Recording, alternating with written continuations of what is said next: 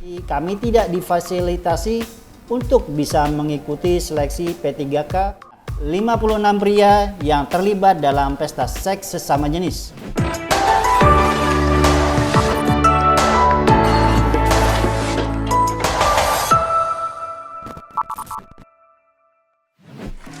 Hai Sobat Negeriku, jumpa lagi kita di reactionjapan.com. Ada cerita di balik berita. Bersama saya Anam yang akan membawakan 5 berita terpopuler sepekan terakhir. Ada apa aja? Yuk, simak. Mengawali reactionjapan.com di pekan ini akan kita buka berita soal IKN. Berita itu berjudul Setuju anggaran tahap kedua sebesar 48,8 triliun, Presiden pastikan pembangunan IKN berlanjut. Presiden Prabowo Subianto memastikan pembangunan Ibu Kota Negara atau IKN terus berlanjut hingga 5 tahun ke depan. Presiden Prabowo telah menyetujui anggaran kelanjutan pembangunan IKN, yang mana hingga 5 tahun ke depan, yakni periode 2025-2029, dan besarannya itu sekitar 48,8 triliun. Hal itu dibenarkan atau disampaikan oleh Menteri Koordinator Bidang Infrastruktur dan Pembangunan Kewilayahan Bapak Agus Harimurti Yudhoyono usai rapat terbatas di Istana Kepresidenan. Terkait dengan IKN, ini juga sudah dipastikan akan dilanjutkan dan beliau, maksudnya Bapak Prabowo ya, sendiri juga sudah memastikan akan ada alokasi anggaran besaran kurang lebih 48,8 triliun untuk periode 2025 hingga 2029, ujar AHY. Berita perihal kelanjutan proyek IKN ini mendapat sorotan dari Sobat Negeriku. Sorotan itu datang dari salah satu akun bernama Agatha Hari. Agatha Hari mengatakan bahwa duit segitu banyaknya kalau dibangunin sekolah dan fasilitas pendidikan yang layak bagi masyarakat Indonesia akan lebih baik nggak sih daripada bangun kerajaan untuk orang-orang kaya. Tak hanya itu, ada juga komentar lain yang datang dari akun bernama Gazula34. Komentarnya yakni, apakah benar IKN hanya untuk tempat tinggal orang-orang kaya? Apakah nanti masyarakat sekitar IKN akan betul merasakan manfaat dari IKN? Semoga kejelasan terkait kelanjutan proyek IKN ini benar-benar bermanfaat dan dapat dimanfaatkan secara baik-baiknya, khususnya besarnya anggaran yang tidak main-main ya. Memasuki berita keempat pada reactionjapan.com di pekan ini, ada berita dari daerah. Berita itu berjudul Oknum Polri peras warga Semarang yang sedang makan nasi goreng puluhan juta. Pemerasan yang dilakukan oleh Oknum Polri yakni Aibtu Kusno dan Aibda Roy Legowo bersama warga bernama Suyatno yang terjadi di kota Semarang, Jawa Tengah, ternyata tidak hanya sekali dilakukan oleh para oknum-oknum tersebut. Ketiganya pernah memeras warga pada tahun lalu, yakni 2024.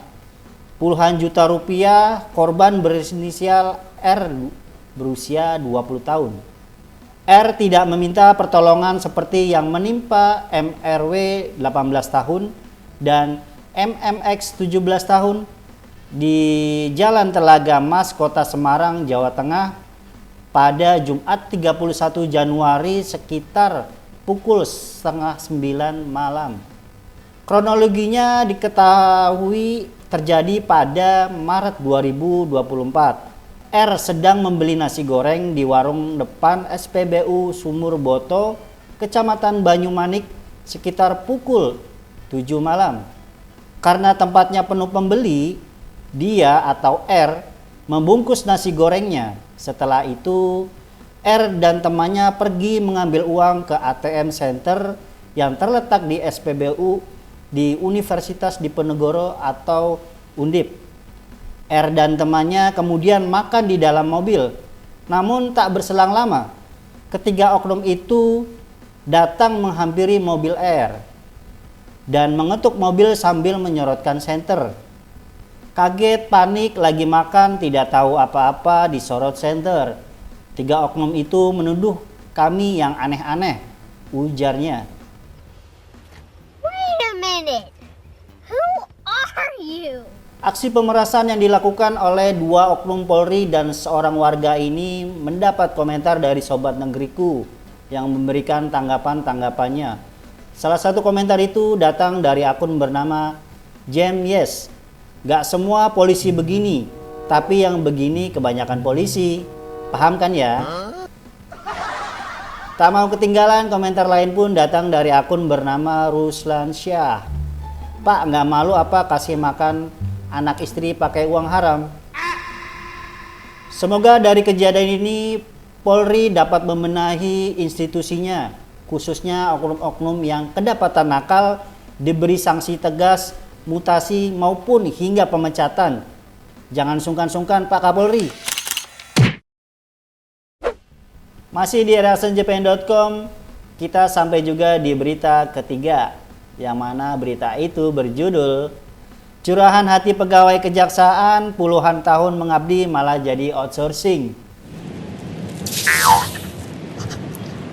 Perhimpunan Pegawai Pemerintah Non-Pegawai Negeri atau PPNPN _non-ASN atau sebut saja honorer yang bekerja di lingkup Kejaksaan Tinggi hingga Kejaksaan Negeri di Indonesia berharap agar dapat mengikuti proses seleksi pegawai pemerintah dengan perjanjian kerja atau P3K 2024. Hal ini disampaikan saat mengikuti aksi damai di kawasan Monas, Jakarta Pusat pada Senin 3 Februari 2025. Ketua Perhimpunan PPNP Kejaksaan RI se-Indonesia, Bapak Abdul menjelaskan mereka ialah salah satu PPNPN atau non-ASN yang tidak memiliki keberuntungan di 2024 karena tidak diberikan kesempatan untuk diikut sertakan dalam seleksi P3K khusus di Kejaksaan Republik Indonesia. Karena instansi tidak memasukkan kami ke dalam pangkalan database BKN dan membuka P3K formasi teknis khusus dari non-ASN Kejaksaan, ujar Abdul. Abdul menjelaskan bahwa dirinya dan ratusan pegawai lain sudah dialihkan ke outsourcing dan banyak juga yang dirumahkan. Ini akibat peralihan kami dari non-ASN Kejaksaan ke pihak outsourcing. Padahal kami sudah mengabdi antara 5 sampai dengan 25 tahun. Kami sudah menguasai pekerjaan di bidang masing-masing, tetapi kami tidak difasilitasi untuk bisa mengikuti seleksi P3K khusus dari non-ASN Kejaksaan seperti instansi lainnya, ujar Abdul. Kabar berita dari soal pegawai non-ASN di Kejaksaan Agung ini mendapat komentar dari Sobat Negeriku, yang mana komentar itu datang dari akun bernama Ori Hamzah. Lah, kok bisa-bisanya di Kejaksaan juga pakai outsourcing? Hanya di Indonesia, pemerintah bikin rakyatnya menderita. Komentar lain juga datang dari akun bernama Vira Tasya. Vira mengatakan, sementara lihat kehidupan jaksa-jaksanya, wow sekali, ternyata di balik kejaksaan ada yang semena-mena untuk pegawainya. Memasuki berita urutan kedua di reactionjpn.com, ada berita soal hukum, yang mana beritanya sungguh bikin pening dan pusing. Berita itu berjudul 56 pria pesta seks gay di Hotel Jakarta. Modusnya pengen kepuasan.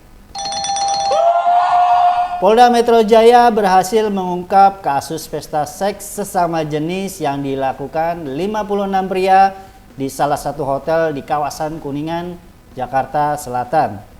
Tim dari Subdit Renakta di Treskrimum Polda Metro Jaya berhasil mengungkap dugaan peristiwa pidana, yaitu adanya pesta seks sesama jenis laki-laki atau gay. Ujar Kabid Humas Polda Metro Jaya Ade Ari Syam Indriadi. Ade Ari menjelaskan pihaknya menangkap sebanyak 56 pria yang terlibat dalam pesta seks sesama jenis. Saat melakukan pengungkapan ini, tim dibantu manajemen hotel, kemudian pihak keamanan hotel dan juga teknisi hotel, ujar Bapak Ade Ari. Ade Ari mengatakan pihaknya menyita beberapa barang bukti saat mengungkap kasus pesta seks sesama jenis tersebut. Kabar berita perihal pengungkapan adanya pesta seks di salah satu hotel di kawasan Jakarta ini mendapat komentar serius dan kritis dari Sobat Negeriku. Yang mana komentar itu datang dari akun bernama Abraham Gi. Abraham mengatakan, coba cek suami dan pacar kalian ya ladies. Jangan sampai ada di antara 56 lelaki nafsuan itu. Tak mau ketinggalan, berita ini juga mendapat komentar serius dari akun bernama Alena Tia. Alena mengatakan, pantas aja cewek sekarang banyak yang jomblo.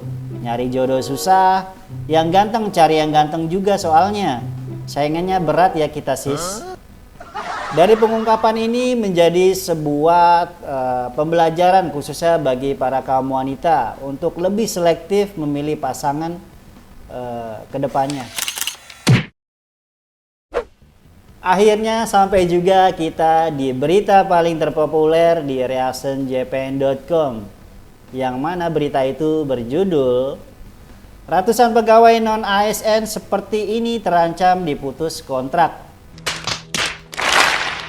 Sebanyak 700 pegawai non-ASN dengan masa kerja kurang dari 2 tahun terancam diputus kontraknya karena adanya aturan dari pemerintah, yang mana aturan itu terkait larangan mengangkat pegawai baru. Kondisi itu terjadi di lingkungan pemerintah Kabupaten Kudus, Jawa Tengah. Sebanyak 700 pegawai tersebut merupakan hasil pendataan 2024 di semua organisasi perangkat daerah atau OPD Kabupaten Kudus. Menurut Bapak Putut Winarno yang merupakan Kepala Badan Kepegawaian dan Pengembangan Sumber Daya Manusia atau BKP SDM Kabupaten Kudus, dari hasil pendataan terhadap pegawai non-ASN terdapat sebanyak 4.500 pegawai di lingkungan Pemkab Kudus.